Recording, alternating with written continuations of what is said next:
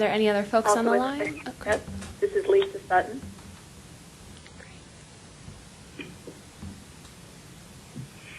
All right. Is there anyone else? This is Rick Coffin, Air Division, PPACG.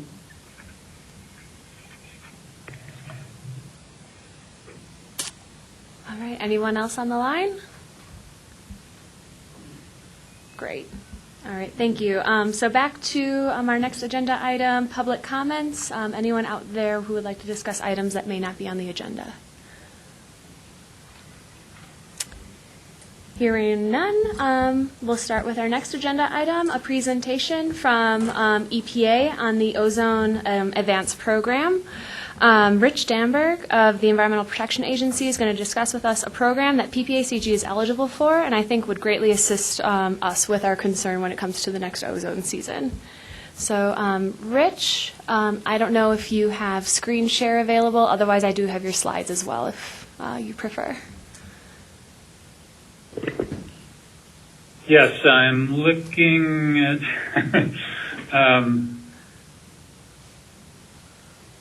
looking to see how to share my screen.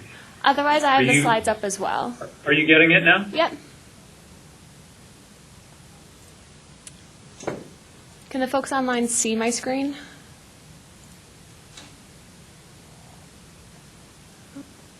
Okay, are we ready to roll? Yep. Okay, very good. Well, thank you so much for the opportunity to talk to you all about the advanced program here. I am a senior air quality planner, been with EPA for 29 years now.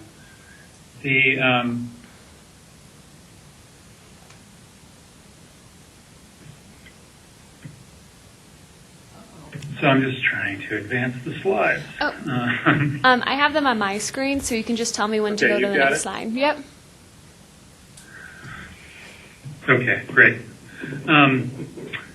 Yes, so the advanced program was established in 2012 for ozone, 2013 for PM 2.5, and it's a collaborative effort between EPA, state and local governments, and tribes.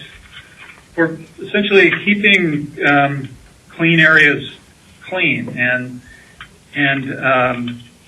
taking actions to reduce emissions such that you can stay in attainment with the ozone and PM 2.5 standards, and by doing so, improve public health protection, be in a position that in the event the area does go into non-attainment, that you've got a kind of a head start on taking action for ozone, and also at this point in time, it's voluntary programs. It's got lots of flexibility for putting together the package of measures and activities in your community to address those problems without the the more structured approach that is happens once you become non-attainment.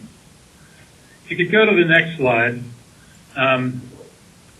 This is just to give you an idea. Right now we've got about 37 areas involved in ozone and PM 2.5 advance.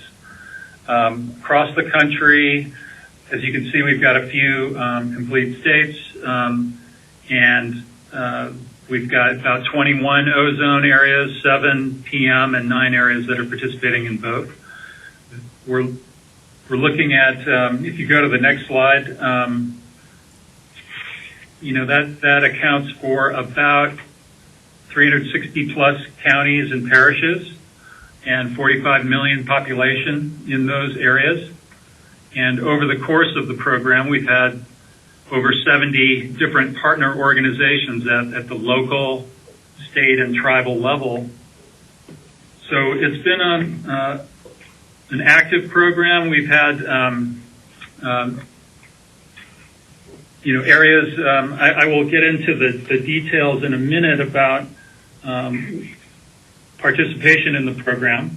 But why don't we go to the next slide? A few more numbers. So one of the things that we do here as the headquarters office for the program is a lot of collaboration with the regional office, who they will be on point in working with you on the program. And then we've got expertise here and in our Office of Atmospheric Programs and our Office of Transportation and Air Quality. In some cases, we've pulled in expertise from our Research and Development Office, depending on what the specific area's needs are and interests are. So we also have a monthly newsletter that goes out, and we've got more than 300 individuals and organizations receiving that. And in that, we provide information about funding and training opportunities. So that's something that participants in the program, partners in the program, have appreciated over the years. If we go to the next slide, I think there's a number of benefits for program partners, and it really is what you want to get out of the program yourself. But obviously a very basic, important one is improving air quality and improving public health protection by reducing emissions and working with entities within your jurisdiction, the public, the private companies, and other governmental groups, nonprofits, to achieve common goals. When you achieve early reductions, that can help avoid a non-attainment designation should the standard be revised in the future. Or it could better position you, like I was saying before, in the event that a national ambient air quality standard is revised. And I think one of the key benefits that has been observed over the course of the program has been that this provides a forum for stakeholder and community collaboration on air quality issues and also on other goals related to sustainability and energy, renewable energy, climate, et cetera. Sounds like, from what I've seen, you've already got a very strong stakeholder community established already, so you've got a head start. Also, access to EPA technical expertise. There's a lot of tools that EPA has developed that provide for calculating air quality benefits from energy efficiency programs, calculating health benefits from air quality programs, things like that are available to you to use, and also we've got experts who can help you with using those. We also have a lot of information here about potential emission reduction measures and ways to reduce emissions.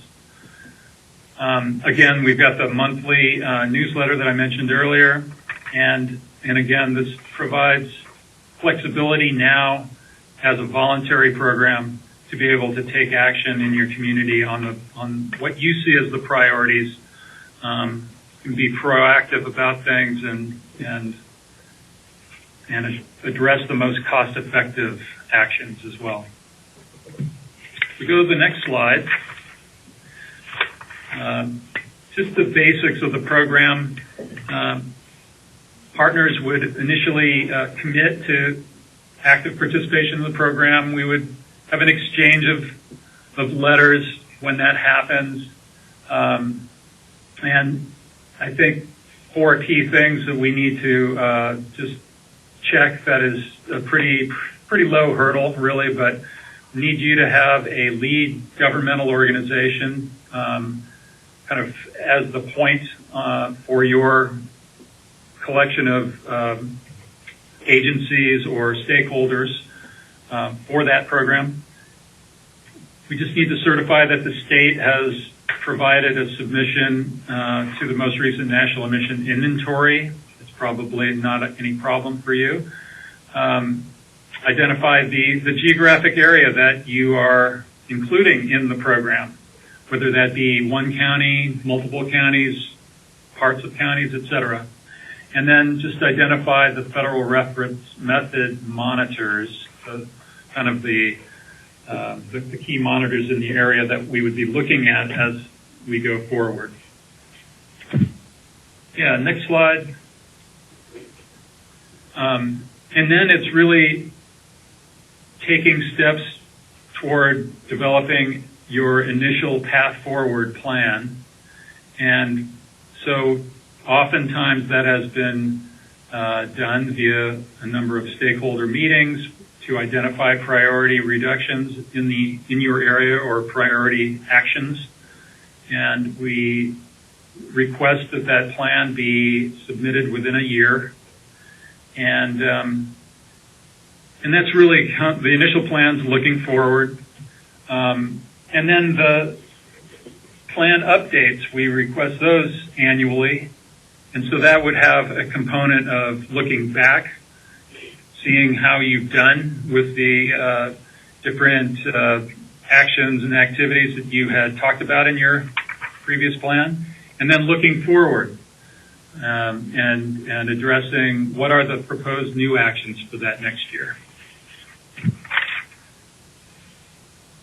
So, there's quite a bit of flexibility, and if we go to the next slide, from what we've seen, I guess we've got maybe you need to click that again. Yeah. Mobile source programs, energy efficiency and renewable energy, green infrastructure, heat island types of programs, wood smoke reduction, education and increased awareness, and stationary source programs. So we've seen partners provide information on work that they're doing in all of these areas. Some examples might be in the mobile source programs, clean diesel grants. There's for example, the DERA program has got they've got a webinar coming up on December 11th, and the next wave of grant applications is opening up December 9th. I think they've got $44 million available. So that might be something to look into, for example. Commuter programs, ride sharing, congestion mitigation, reducing emissions during idling, building infrastructure for electric vehicles. Those are all kinds of programs that have been addressed by partners in the program. In the area of energy efficiency and renewable energy, things like weatherization or energy efficiency revolving funds, city programs for building efficiency, the Department of Energy's Better Buildings program, for example. We've got one area that has a big Air Force base, and they're doing a significant solar installation to provide kind of backup power for that area. Solarize and the Sol Smart programs at Department of Energy are examples. In the world of green infrastructure and heat island, programs related to maximizing shade, green roofs. There's an area that has a green roof rebate program. Looking at urban forestry and how, what species make the most sense as the climate changes. In the areas of wood smoke, we've got a number of, areas that are in the kind of regulatory side that are dealing with wood smoke reduction, and there's a lot to be drawn from them. But things like wood stove changeouts, ordinances for no burn days, when you've got a forecast of bad air quality, disposal of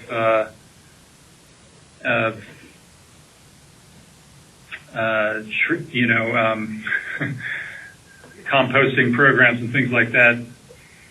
are kind of related to reducing wood smoke. Education and increased awareness, PSAs for Ozone Action Days. I think you guys are doing a lot of that already, it looks like. Air Quality Flag Program. And then stationary source programs. Some examples are in the world of on high ozone days, some areas have agreements with companies to reduce emissions in various ways. And those, I think we've got that with different oil and gas facilities or cement plants and others. So there's a range of things that you can include in these plans. If we go to the next slide, I just wanted to, I've touched on several of these already, but EPA support, we can provide direct technical assistance to advanced partners. We provide information on funding and training. We've had webinar series in the past for topics that are of interest that partners, suggest ideas for different topics. We've got a number of collaborations with partner offices with different tools for looking at health benefits, looking at emission reductions from energy efficiency programs or renewable energy programs, et cetera. Whenever we get a plan in from a partner, we then have a multi-office review of that and provide some comments on that plan. We've had some areas develop kind of separate projects that's kind of spun out of the advanced program to some degree that look at multi-pollutant activities for ozone, PM, and toxics. And then our website's got a number of links to tools and other plans from recent plans from partners that can be helpful for helping you come up with ideas for your area. If we go to the next slide, I just pulled a little bit of data. I can see that the design value for your areas is right below the standard at 70. It's at 69. And then we can kind of look at the preliminary data. Don't quote me on this, but you can kind of look at the preliminary data up to now for 2017 to 19, and it's looking at about the same 69. When we look at the emissions from for El Paso County for 2014 for NOx and VOC, we see mobile is really the kind of the chief contributor, and to some degree in NOx, I think there's a couple of stationary sources power plant that has still some significant NOx emissions. And on VOC side, solvent is kind of the second largest bar there. In the world of mobile NOx, I think there's both. It looks like both diesel and non-road engines, as well as on-road light-duty vehicles are probably some of the key contributors there. And so it seems like certainly programs to address both of those would be useful.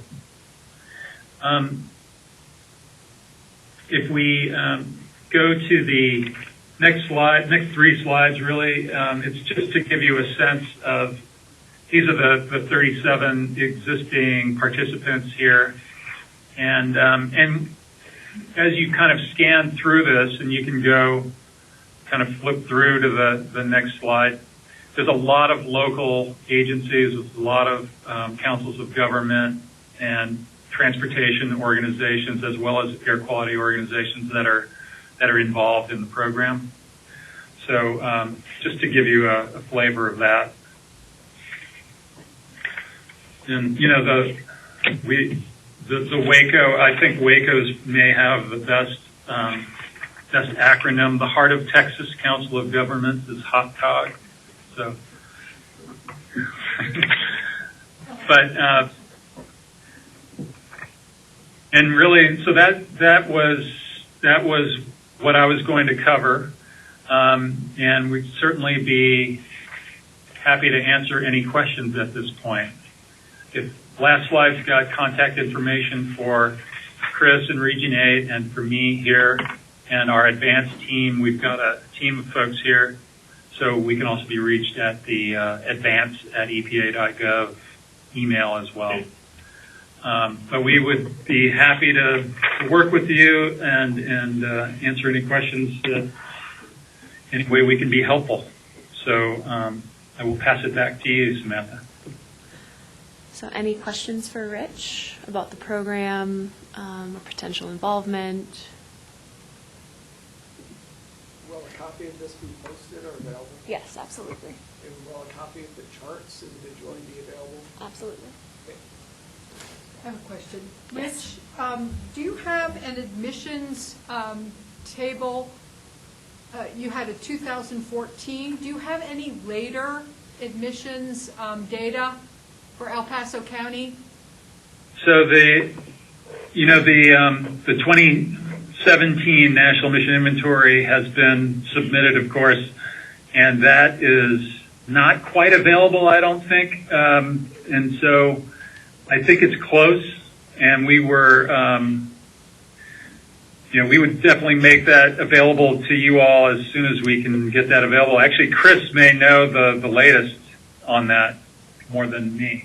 That would be great. Yeah, so that's correct. It's not out yet. It should be in the next few months. I know the office responsible for putting together the NEI is hesitant to put dates on it. There's still some QAing that has to happen. It's a massive data set, but hopefully that should be available later this month or early next month. I can give a heads up to Samantha once the information for El Paso is available, and you can take a look at how these the trends that Rich had pointed out have changed since 2014. But I imagine that it would be a similar picture as far as the breakdown between mobile sources and the other source categories, that we're dealing with the same sort of picture.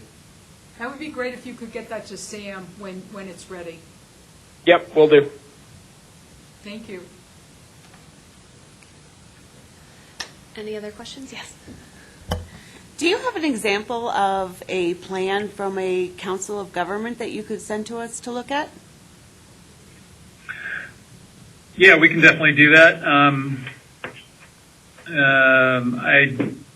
I'll talk to our colleagues here and come up with a good example or two that makes the most sense. Yeah, all of the plans that have been submitted by all of our partners over time are available on the website. But we can look at the website and kind of pull off a couple that would be maybe of most interest to you. We have many examples from councils of government. Thank you. Any other questions? Okay.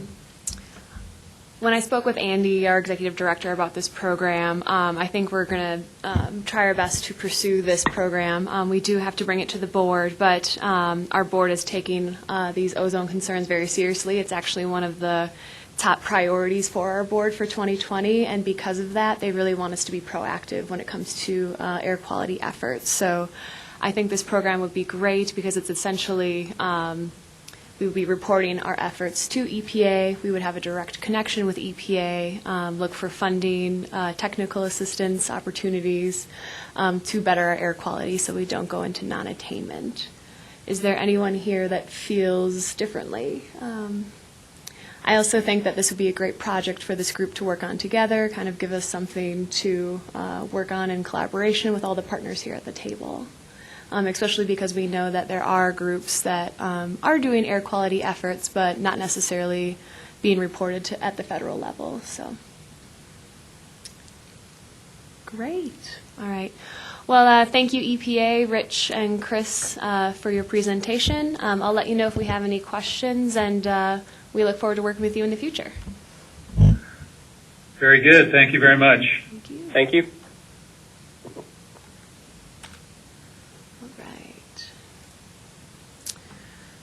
Okay. Next on the agenda, we have Recharge Colorado with John Hunter, who represents Southern Colorado Clean Cities. John, do you have slides, or are you able to share your screen, or is this just going to be a verbal presentation? Yeah, I do have some slides, if I can share my screen. Yes. Like right now, it's telling me I can't because somebody else is. Oh, let me stop that then. Stop share. Okay, now give it a shot. Oh, there you go. Now, all of a sudden, on my screen, you guys all popped up on camera, so. Hi. Well, and just as way of segue to the last part, let me add that through my American Lung hat, I've been part of an Ozone Advance, or it's actually both Ozone and PM Advance up in the state of Minnesota, and it I think has been a very good program, and I think it complements well what this group was already kind of working on, and you essentially would be able to get kind of credit for it in ways that you might not have otherwise. And for what it's worth, back when the ozone standard was getting set in 2013, the Lung Association was actually pushing for a lower limit for health protection reasons. So I do think there'd be good health benefits to kind of being as proactive as possible and getting that number down as much as possible as well. The other reason I thought I was hoping to kind of pair this together today is I think a lot of what is going on with Recharge Colorado and with Clean Cities efforts are very complementary, and a few of the mitigations that were mentioned by the EPA are ones that fit into these programs. So I think it's a highly complementary conversation. So, well, to back up real quick, though, again, I'm John Hunter. I'm with the American Lung Association, and also I've been with the Lung Association since 2010, working on transportation and clean fuels work. Earlier this summer, became the acting coordinator for Southern Colorado Clean Cities, and I'll explain more about what that is as well. And in the room with you there is Megan Carpenter, who joined us earlier this summer as well to help implement a lot of these programs. So I encourage her to kind of jump in as it makes sense. I'm hopeful you can see my slides at this point. Yes. Yes, we can, John. Thank you. Okay, good. All right. Let me see if I can actually advance it. There you go. Nope, wrong one. Okay, so I'm going to be sort of talking about, wearing 2 or 3 different hats, I guess, but there's a lot of overlapping sort of complementariness with all of this. The American Lung Association is all about protecting lung health and saving lives in that direction. And one of the ways we do that is by improving the air we breathe. The Clean Cities program is a U.S. Department of Energy program. It's implemented through local coalitions like ours. There are about 90 or so coalitions around the country doing the same sort of work. It's really about reducing the effects of petroleum and the benefits that come with increased energy independence and environmental improvements and sustainability that you get by diversifying the transportation fuels that we use and or just kind of reducing the amount of fuel we use through programs like the idle reduction that was mentioned by the EPA. I wasn't going to talk about it here, but if anyone is interested, there is a Clean Cities idle reduction toolkit and a lot of techniques that are available to help fleets and other folks reduce emissions. This is our 25th anniversary as Southern Colorado Clean Cities. It actually originally started as Colorado Springs Clean Cities, and it's kind of since grown, so it covers the lower half or so of the state of Colorado. There are a couple other Clean Cities coalitions in Colorado. One does sort of the Denver to Aspen corridor, and the other covers northern Colorado, kind of border to border like us. We're also all kind of active with a program known as Recharge Colorado that's run by the Colorado Energy Office and very complementary with sort of the Clean Cities concept. Many people might be familiar with Refuel Colorado, which is what it was previously known as. It was kind of rebranded following the governor's executive order earlier this year to focus a lot of the state efforts on electrification and really putting a lot of emphasis on that as an alternative fuel. So really the big purpose of Recharge Colorado is to increase the adoption of electric vehicles and the charging infrastructure that's needed to support drivers who are using those vehicles. There are a variety of techniques that Recharge Colorado is kind of charged with that we are. One is kind of just sort of general coaching and helping be available as a resource for anybody, either individuals or companies or anyone looking at how electric vehicles might work in their lifestyle or businesses. We're available to help with sort of funnel people into the state programs that are out there for grants with charging stations and kind of making sure the infrastructure is available out there.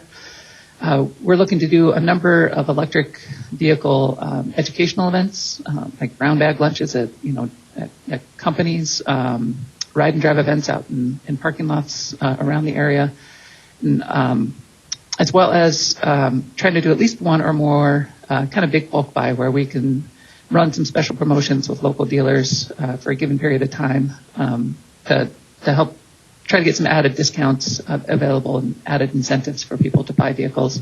I wasn't going to talk too much about that last point in this conversation, but if I would welcome talking more with anybody who is interested in learning more on that front as well. Real quick, just kind of look how Recharge Colorado is split up with 5 different regions across the state. Ours is kind of the blue one that obviously includes El Paso, Teller, and Park counties. But it's in total is a 13-county region for us. So that's our main focus of the area.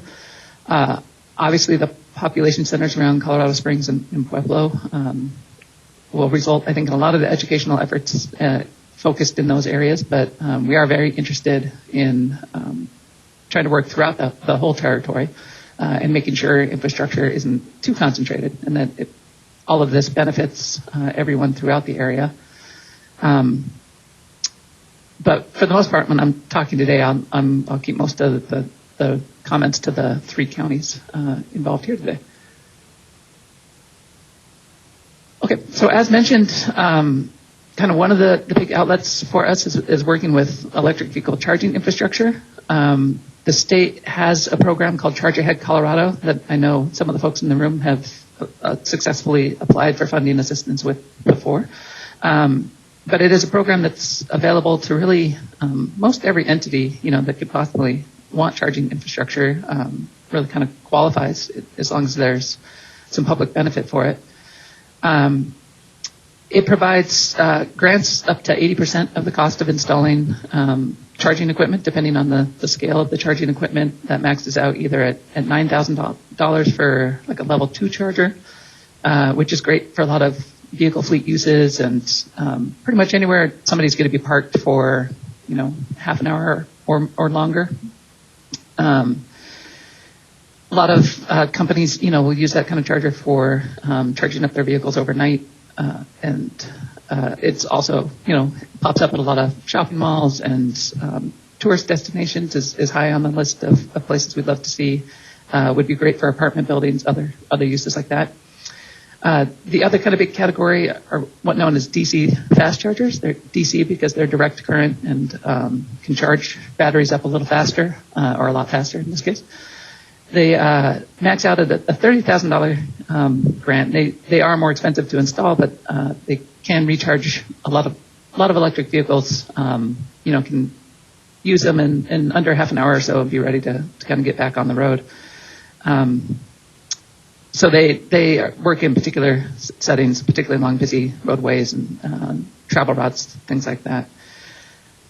The next grant funding round for this, and they do about 3 a year, is in January. And I think this is kind of, in my mind, sort of the ideal one to get into for people who are considering it or interested. I think it's well worth putting in applications for January because the sort of the timeline that follows, you don't have to be ready to break ground or anything like that the day you apply. You kind of need some base information, but there's time after that to, kind of flesh out the project and pick who you're going to go with the charging companies and equipment, that kind of thing.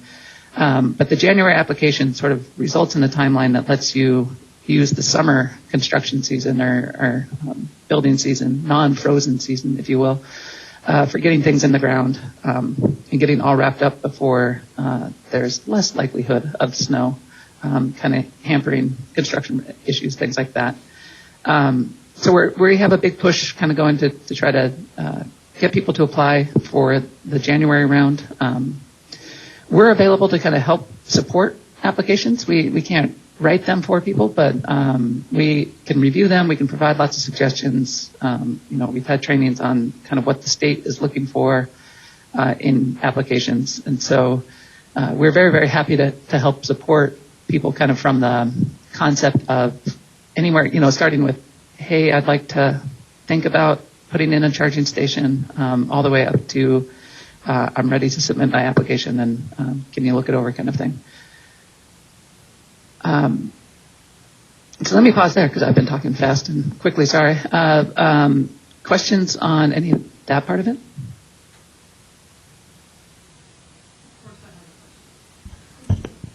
John, what kind of entities typically so far have been applying for these kinds of grants? It's been a big variety. I think in Colorado Springs, I know this Colorado Springs utility has received a couple, and I think the city has as well. I think in the last round, there were chargers chosen for going out at the airport that aren't necessarily in yet, but that was one of the successful applicants. We've seen a lot of communities like Buena Vista and Salida, I think, have been very proactive in making sure in their towns that infrastructure has been added. And so I think the towns have taken the lead on those, and in some cases in the local utility and others. There have been, I think on the successful application list includes the USAA insurance building up by the Air Force Academy. Has an employee charging unit at their facility that I believe they received funding assistance this way through. So it really is a pretty broad range.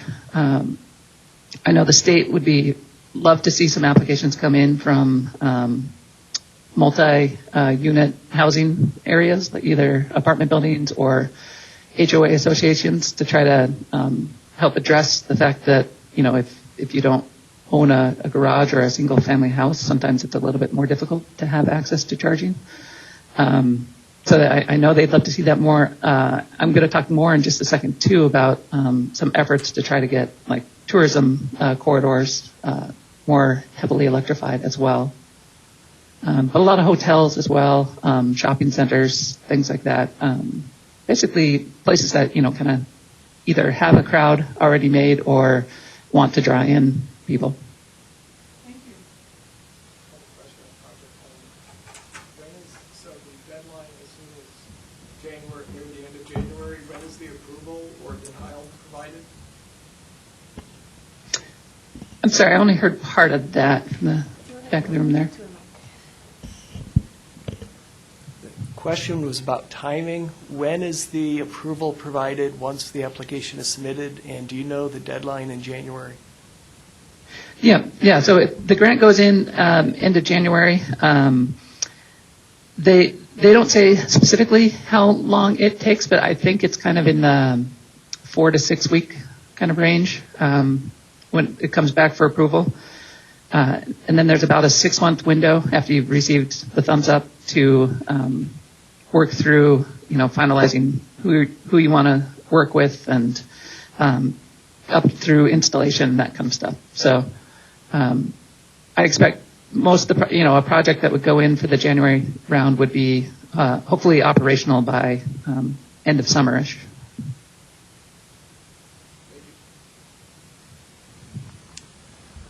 John, I have a question. This is Ryan Trujillo, City of Colorado Springs.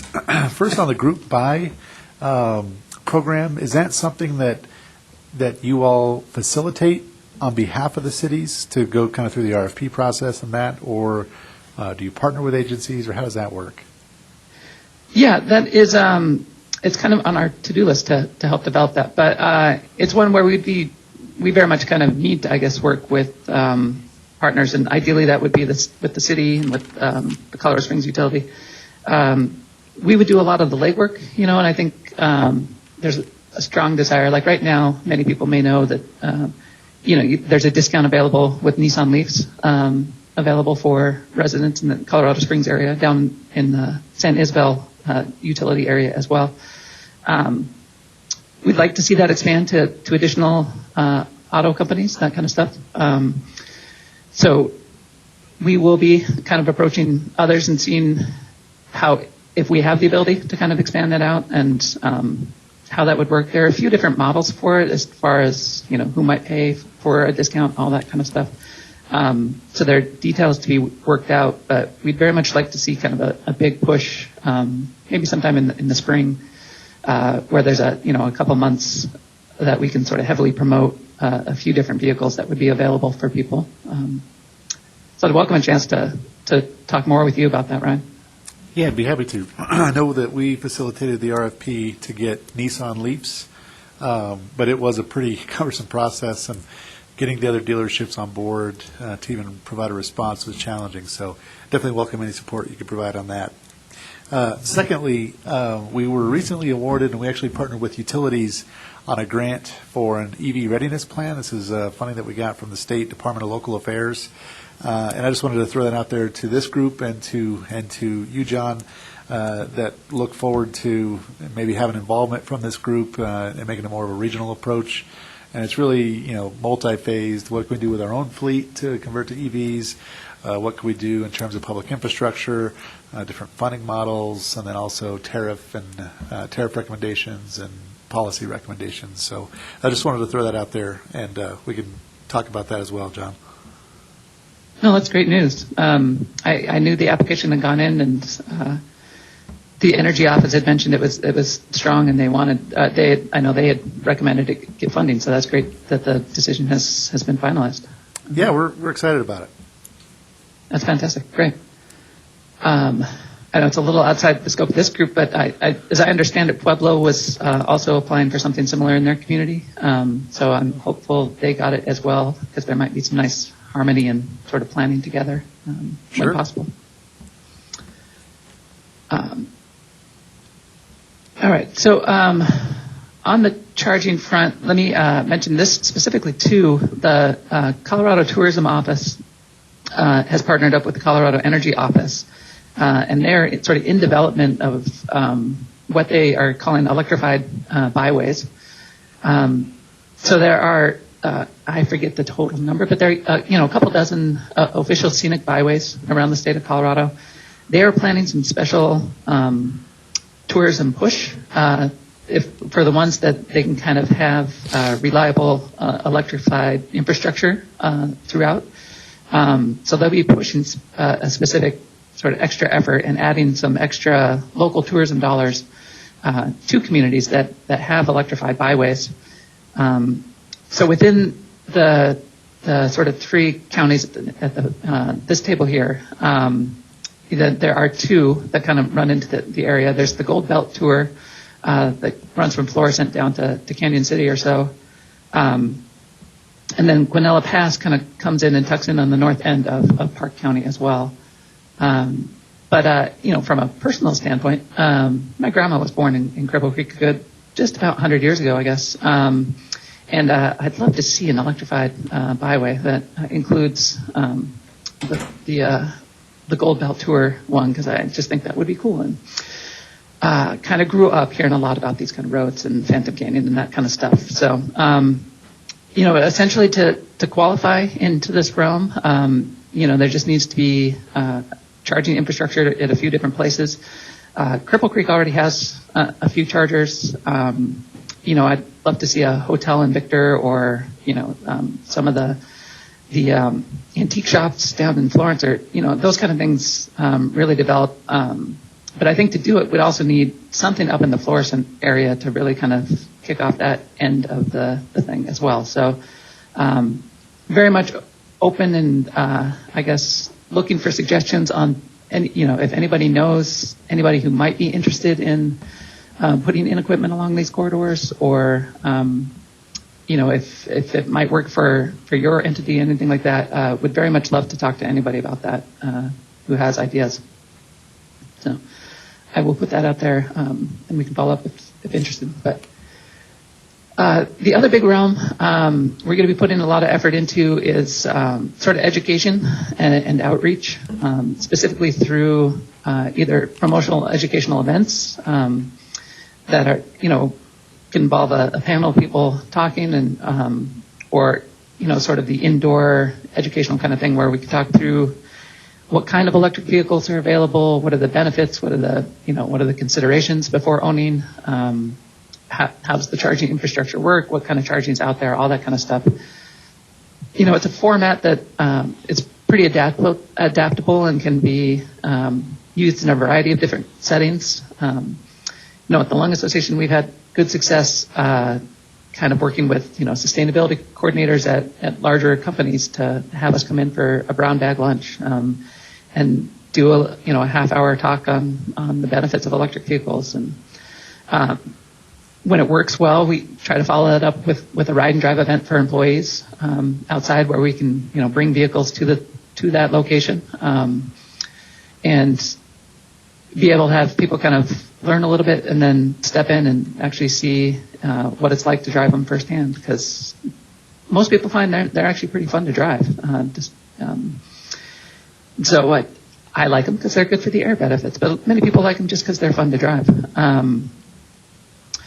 That same sort of format can work for, county fairs. It can work at farmers markets. It can work at a wide variety of different settings. And we sort of do the work of helping line up the dealers and the vehicles, or lining up the people to talk about the benefits, that kind of stuff, and bring it to people as much as possible. So this area, we plan on doing a number of events in this category, and we'd really love to work with anyone and everyone who is interested, who might be interested in either hosting an event or just partnering up with us, or has good suggestions on where we might find a good crowd that would enable us to set up one of these events alongside it, that kind of thing.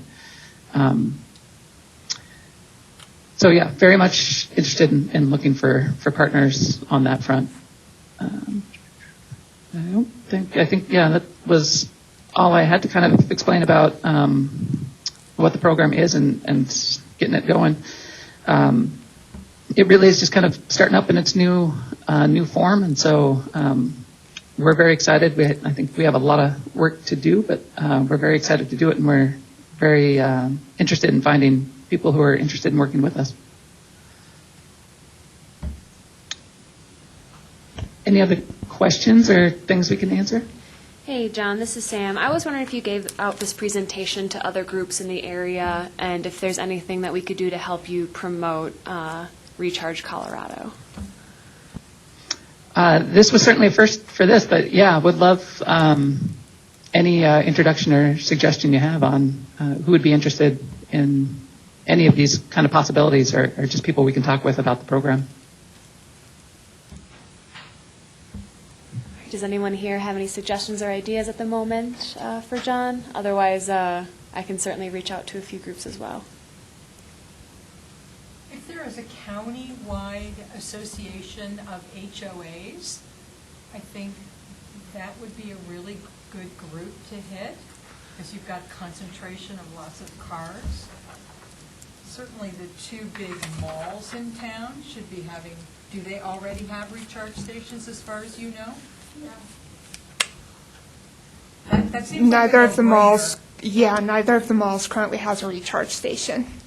So It does seem like I've attempted to reach out to them a couple times, but I'm still trying to get a hold of somebody. I know that it's holiday season, so they get pretty busy, but I am attempting to get a hold of them because They're malls. Yeah.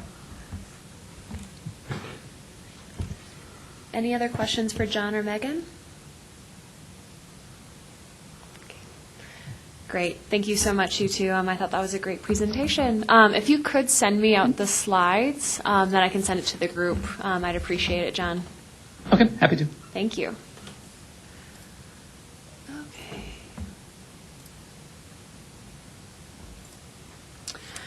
So next on the agenda, this will just kind of be a short conversation, but the last time we met, we talked about a potential structure for this group, just to get it up and running again.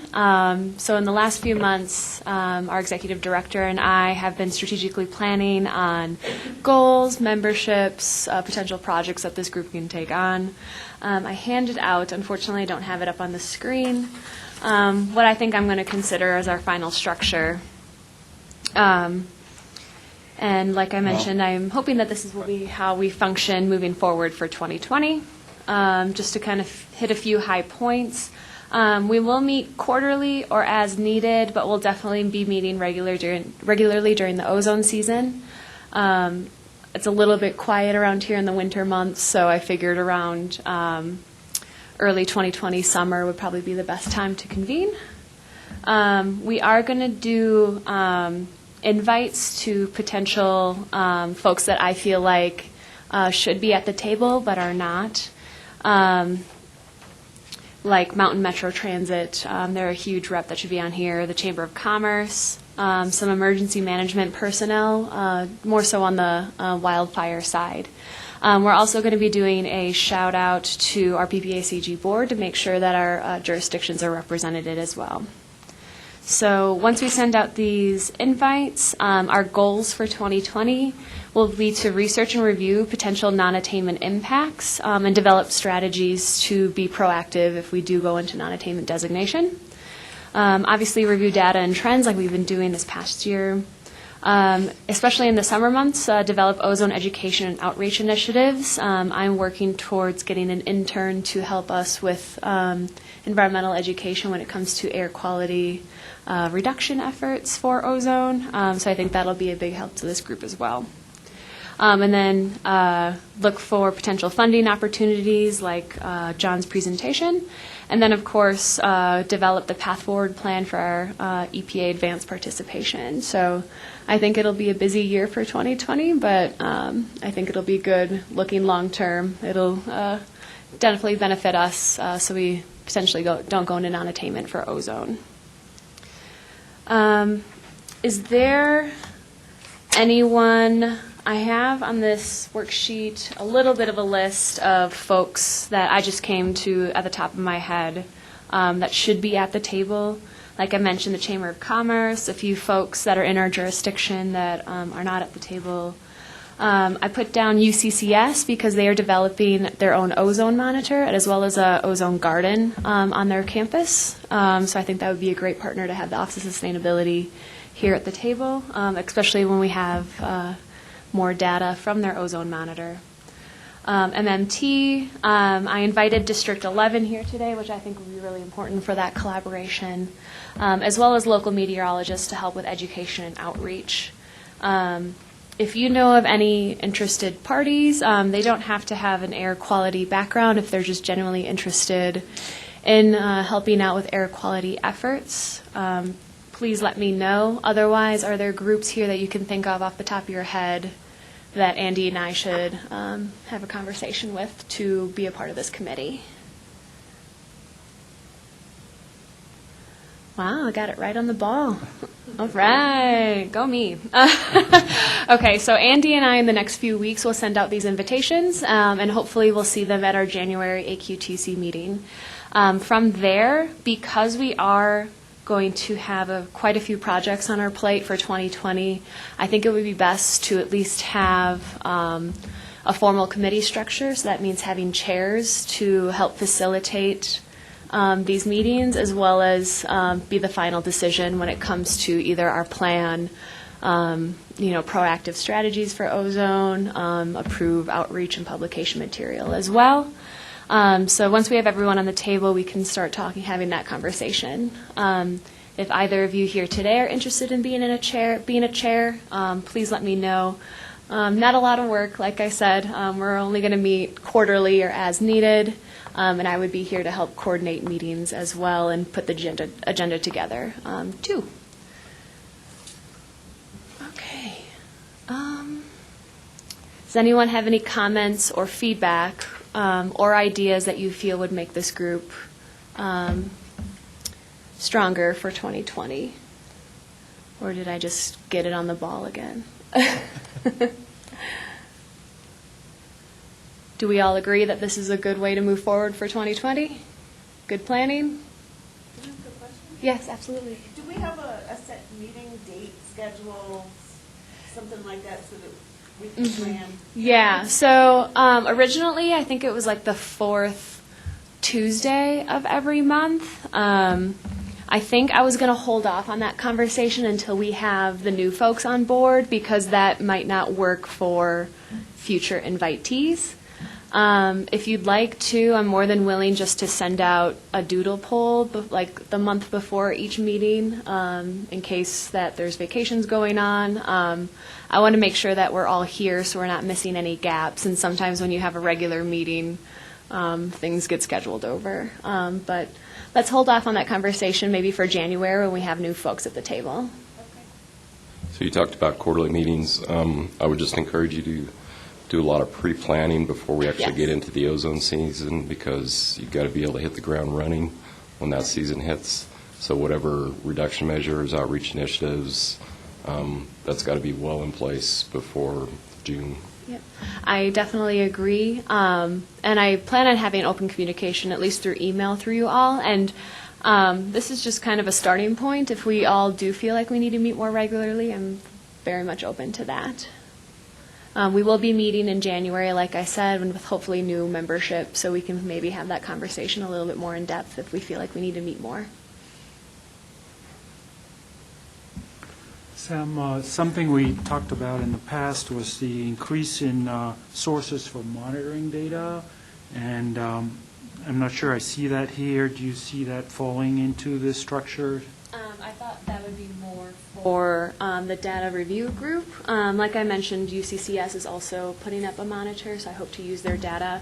I also do daily checks for grant opportunities for more monitor development, and that's one of the goals I have put down for 2020, is doing more presentations similar to John for potential grants that could help fund more monitors. Great. Yes. At some point, we will create a path forward plan for the advanced program and other working documents. We should probably think of a way to share those without emailing back and forth. Yes. To have a working draft, maybe Dropbox, or some other equivalent type of way that we could dive in, maybe make changes, block people out, make edits, track the edits, and then keep some type of connectivity and transparency on that.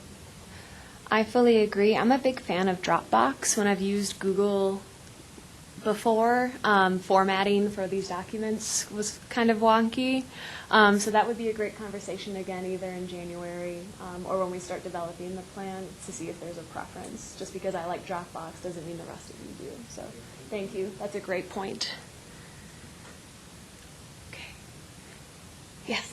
And then on your 2020 goals? Yes. One of the things I'd really love to consider in collaboration with the transportation group would be to, our last park and ride plan was done in 2003. Oh, no. Okay. We've actually been able to implement most of those since then.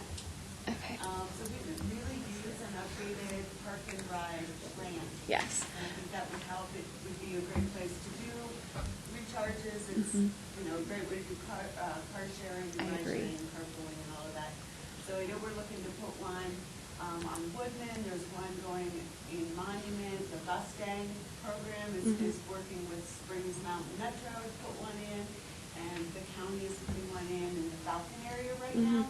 So we've pretty much much implemented all of the 2003 recommendations, so. It's time for a new one. I think it would Yeah. be great to do that. I think they probably have some planning money that Yeah. could help us do that, but working with PPACG Transportation Group on a new plan, that would be awesome. I totally agree, and next week I'm meeting with Metro Rides. I think they're the group that handles carpooling, van pooling, park and rides as well, so I'm going to meet with them and get them on board so they're an active member of this committee. So you and I are on the same page, and I also convinced, oh, she's not here, great, so I can say it. I convinced some of our planning folks to join us as well, or transportation planning folks as well, since, like Rich mentioned, transportation is probably one of the sectors we're going to have to work on for our advanced program document. So Catherine Wenger will be joining this group as well. I think so too. And Sam, I know around the middle of this year, there was some discussion about updating the Pikes air quality in the Pikes Peak region report, the monitoring data and trends report. And I know it's not specifically called out here, but I'm presuming that's what you mean by the bullets, Yes. discussing current trends and data analysis. And I know we had discussion also about perhaps simplifying the content so it'd be Yes. more readily updatable on a more routine basis so Yeah. that we didn't wind up with such a heavy lift Yep. to get it updated. So that's a good segue, unless there's any other comments or questions or feedback on our 2020 planning. Cool. So, yes, currently I am working with, we hired a graphic designer to develop a 5-year data trends air quality report of all 6 criteria pollutants, not just ozone. This was requested from our board, and it's also been done in the past with my predecessor. And from that, I plan on taking that data and making just an annual fact sheet. So not only will there be kind of a technical report, but there'll be a fact sheet that's annual, just looking at 2019 data. I have all the content to our graphic designer, and I hope to have a draft to you at our January meeting for approval. I did mention to our graphic designer that I want the audience to be public, so kind of at a lower reading level, so it's easily digestible for everyone to understand. The report includes a little bit of rules and regulations, so an overview on the Clean Air Act, what NACs are. And then there's sections on each criteria pollutant, so what it is, its health impacts, and then the data analysis. Like I said, I'll hopefully have a draft to you in January for your review and feedback. Okay. Any other comments or questions? Any member announcements or any items for our next meeting on January 22nd? Great. For our January meeting, I hope to have a draft report to you as well as introduce new members. So, and then I hope that's kind of what we'll start diving into efforts that will go into our advanced program planning as well as start planning for the summer ozone season. Sam, when do you Yes. think you'll have a date for the January meeting? I have that date, January 22nd, here at 1 o'clock. I'll be sending out meeting invites. And I really like this format of having in-person as well as remote. So folks that may not be able to travel, you can easily attend online, and that's okay with me. All right. That is all I have today. Thank you, everyone.